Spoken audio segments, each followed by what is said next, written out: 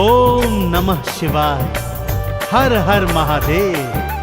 भक्तों, वेद पुराणों में वर्णित है कि शिव ही सत्य हैं, शिव ही सुंदर है। भगवान शिव का न कोई आदि है और न कोई अंत। आपने वेद पुराणों के माध्यम से भगवान शिव की अनेकानेक गाथाएं सुनी होंगी भक्तों, परंतु आज मैं उन्हीं जटाधारी, गंगाधारी और औघड़नाथ शिव भोले की ऐसी कुछ गाथाएं आपको सुनाने जा रहा हूं, जिससे आप सबका यह विश्वास और भी दृढ़ हो जाएगा कि मात्र एक लोटा गंगा जल अर्पण करने से प्रसन्न हो जाने वाले सदाशिव जैसा दानवीर और कोई नहीं है। तो एक बार फिर मेरे साथ बोलिए, बोलिए शंकर भगवान की जय।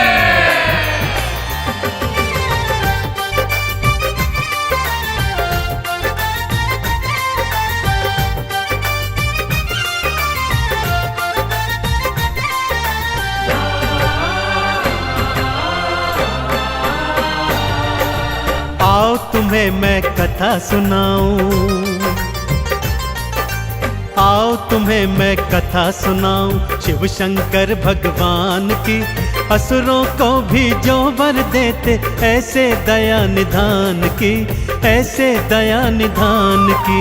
आओ तुम्हें मैं कथा सुनाऊं शिव शंकर भगवान की।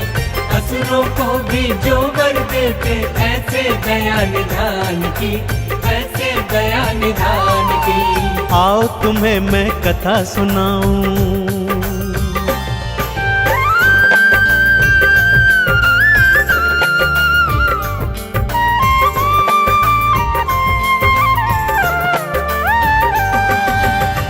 भक्तजनों, पहली कथा दैत्यराज भस्मासुर की सुनाता हूं। भस्मासुर ने अपनी अनन्य भक्ति और हठ योग से शिव भोलेनाथ को प्रसन्न किया और वरदान में यह वर मांगा कि वो जिसके शीश पर हाथ धरे वो तत्काल भस्म हो जाए। जैसे ही भोलेनाथ ने तथास्तु कहा, वो पापी वरदान की सत्यता जानने हेतु भगवान शिव के सिर पर ही हाथ रखने को तत्पर होने लगा और उन्हें भस्म करने उनके पीछे पीछे भागा।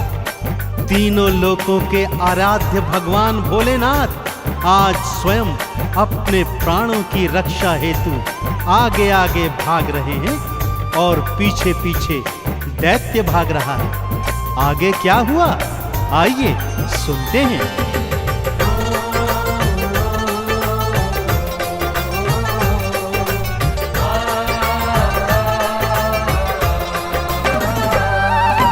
पीछे पीछे भागा पापी, आगे शिव जी भाग रहे। सृष्टि के हरता देखो स्वयं मृत्यु से कांप रहे। भागते भागते विष्णु लोक में शिव शंकर देखो आए। हे विष्णु प्राणों को बचाओ, शिव शंकर ये बतलाए। कैसे विष्णु जी ने की थी, हाँ कैसे विष्णु जी ने की थी रक्षा शिव के प्राण की। असुरों को भी जो वर देते ऐसे करुणा निधान की, ऐसे दया निधान की। आओ तुम्हें मैं कथा सुनाऊं शिव शंकर भगवान की। असुरों को भी जो वर देते ऐसे दया निधान की, ऐसे दया निधान की। आओ तुम्हें मैं कथा सुनाऊं।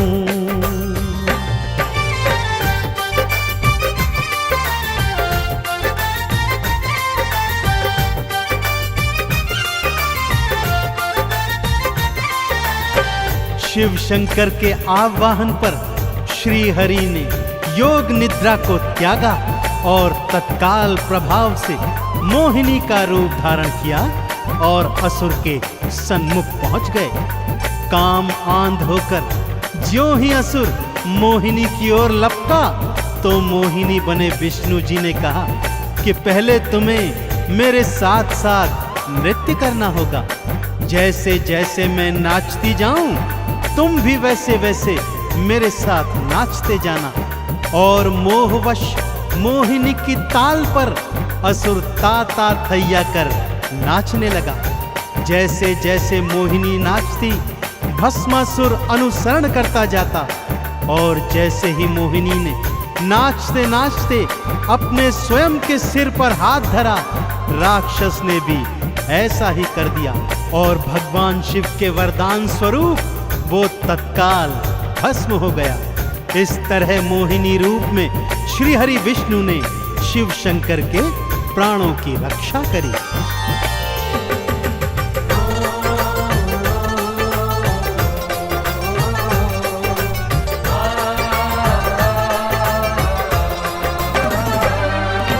जैसे जैसे मोहिनी नाचे, असुर भी नाचता जाता था। भस्मासुर तो मोहिनी की ताल से ताल मिलाता था। मोहिनी ने नाचते नाचते अपने सिर पर हाथ रखा। राक्षस ने भी मोहिनी का भक्तों फिर अनुसरण किया। भस्म हो गया राक्षस पल में।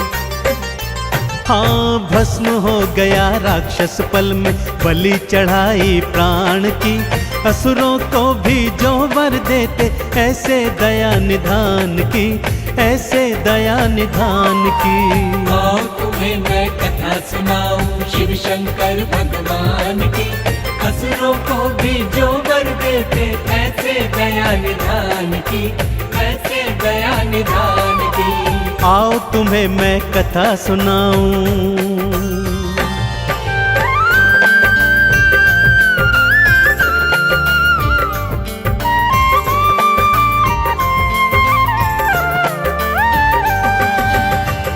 दूसरी कथा का प्रसंग इस प्रकार से है भक्तों।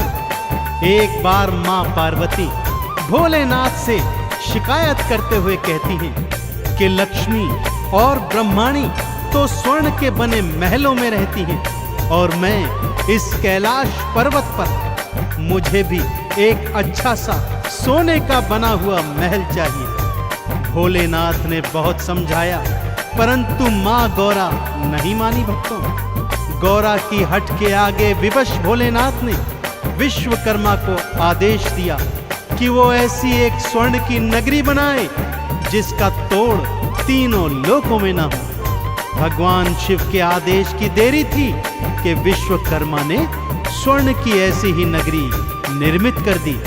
मां पार्वती ने जब उस नगरी को देखा तो अति प्रसन्न हो गईं।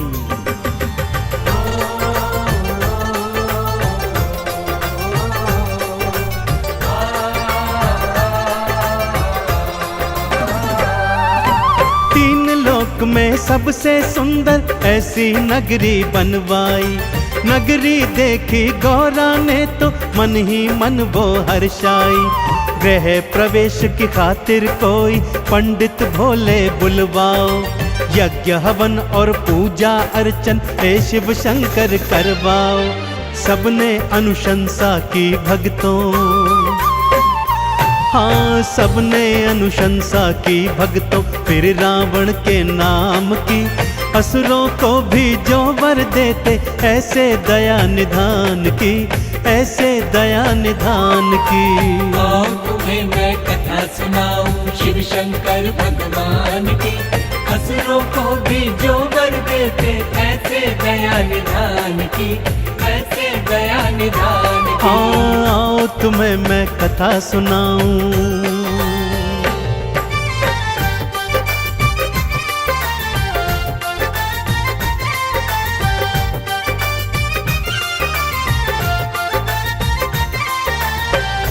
सभी ऋषि मुनियों और देवी देवताओं ने शिव शंकर को यही बताया कि भगवान रावण जैसा प्रकांड पंडित तीनों लोकों में नहीं है, अतः उसी को गृह प्रवेश के पूजन पर आमंत्रित करना चाहिए। ऐसा ही हुआ भक्तों, रावण को पूजन हेतु बुलवाया गया और रावण ने भी पूरे विधि विधान से गृह प्रवेश का पूजन अर्चन संपन्न करवाया।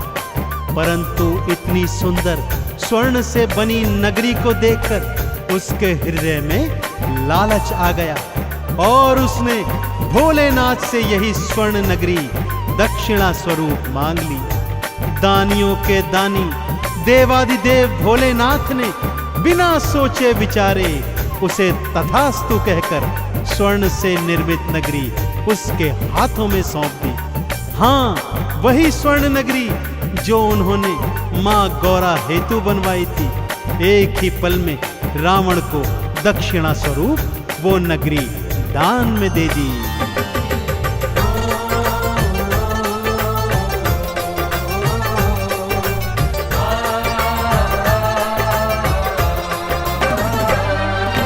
एक पल को ना देर लगाई, दान में लंका दे डाली।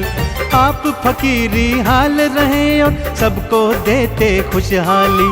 स्वर्ण की नगरी देखो रावण फिर अपने घर ले आया। पापी था पर शिव शंकर का भक्त परम वो कहलाया। वेद पुराण भी कहते गाथा, हाँ वेद पुराण भी कहते गाथा शिव शंकर के दान की। असुरों को भी जो वर देते ऐसे दया निधान की, ऐसे दया निधान की। आओ तुम्हें मैं कथा सुनाऊं शिव शंकर भगवान की। असुरों को भी जो वर देते ऐसे दया निधान की, ऐसे दया निधान की। आओ तुम्हें मैं कथा सुनाऊं।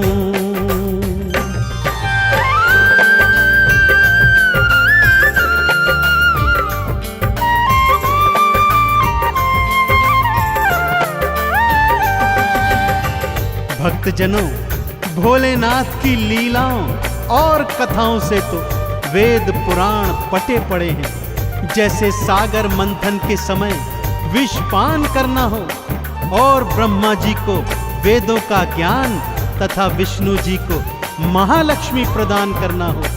ताड़कासुर, जालंधर जैसे अनेक असुरों ने भोलेनाथ को प्रसन्न कर उनसे अभय वरदान प्राप्त किए हैं। तो फिर भोलेनाथ जो असुरों को भी वर देते हैं, क्या आपकी भक्ति से प्रसन्न नहीं होंगे भक्तों?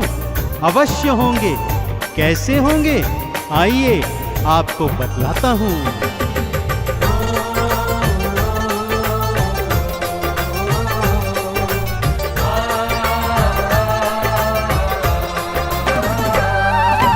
एक लोटा गंगा जल संग में दूध दही घी ले आना। चंदन तिलक लगा पिंडी पर बेल पत्र अर्पित करना। बस इतनी सी भक्ति पर शिव भोले खुश हैं हो जाते। भक्तों के भंडार वो भोले अपनी कृपा से भर जाते। व्यर्थ जन्म न गवाओ भक्तों, हाँ व्यर्थ जन्म न गवाओ भक्तों। आई घड़ी गुणगान की, असुरों को भी जो वर देते ऐसे दया निधान की, ऐसे दया निधान की। आओ तुम्हें मैं कथा सुनाऊं शिव शंकर भगवान की। असुरों को भी जो वर देते ऐसे दया निधान की, ऐसे दया निधान की। हाँ, तुम्हें मैं कथा सुनाऊं।